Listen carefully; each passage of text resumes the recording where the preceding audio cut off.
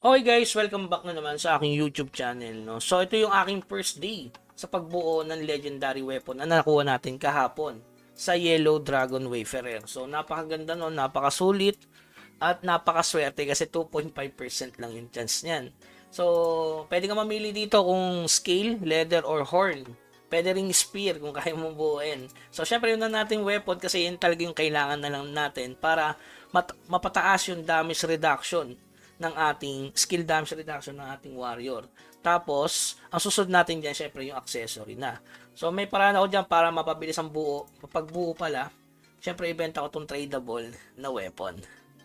So, yun na lang yung pinakamabilis. Pero, syempre, try pa rin natin na makrap siya sa pamamagitan ng ating mga tinatagong material. So, syempre, sa MS, ganun pa rin, unique monster. Pangalawa, sa SP, magmimina ka para dumami yung bato pang summon ng mga boss sa SP, 4F, tsaka 2F. So, pwede yun guys. Kung wala na talagang source ng glittering, yun talaga yung gagawin mo. Tapos, yung mga steel na epic, ibebenta nyo guys kasi mas maganda yan kaysa gawin yung legend. Tapos, bilhin nyo na lang. 14 lang naman kasi yung legend eh. Kaya mura na nga lang yun yung mga legendary materials. Hindi tulad dati, nasa 20, no? 20 to 30 yung isang piraso. Ngayon, nasa 14 na lang. Kaya mas maganda nga siya ibenta mo na yung epic, tapos bilhin mo na lang yung legend. Nakatipid ka pa sa glittering. Yun ang pinaka the best na gawin. Yan. So, meron na tayong progress. Ano na to eh, legendary steel na lang. So, try natin ibenta yung weapon ngayon. Tapos gamit na lang ako ng normal. So, kulang tayo. Syempre yung legendary, hindi ko na ibebenta yan guys. Buti na lang, meron akong mga dapat di ko na inubos yung glittering na nakaraan. Dahil dun sa event, no? So yan, syempre glittering pa rin naman talaga yung pangunay. Pwede akong mag-TOBD. Makakain ng oras yun eh. Ay, wala pala akong dark steel. Yan, katulad niya, ubos na yung dark steel natin. Yari. So, pwede naman tayo bumili ng ganito. Yung mga tinda-tinda naman dyan. Yung mga ganito, ay, mahal. Wala ba sa piso dyan? Puro 40. Tama ng dark steel. BG dyan, huwag ka bibili ng ganyan. 4 isa, lugi. Dapat sa dos lang. So, di natin bibili yan guys kasi yung dark steel is nasa 25 lang naman ang 1,000,000. So, yun. Nakailan na tayo na 46, 47. Siguro try natin ibenta yung ating weapon. Tingnan mo po muna kung ano yung magiging damage ko. Kasi possible na wala akong magiging damage guys eh. Diba? So, tingnan natin yung pwede natin maging damage sa kalaban. Magdala na lang muna tayo ng pangkaraniwan na weapon. Kasi kailangan ko pa rin mag-AFK guys eh. Ito. Kaya natin mga bossing. Kung ano yung magiging damage natin. Dito ako sa nagpapalevel eh. Sa Gortan.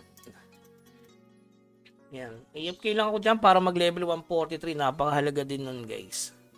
So pwede natin ibenta yung ating mga 3 key na lang siguro. Mabilis yan. Depende eh. Try ko munang lock.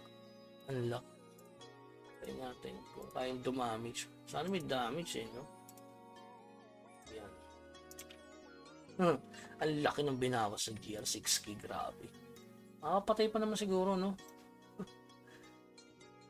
Kaya pa naman siguro mo din. I-ups na lang to.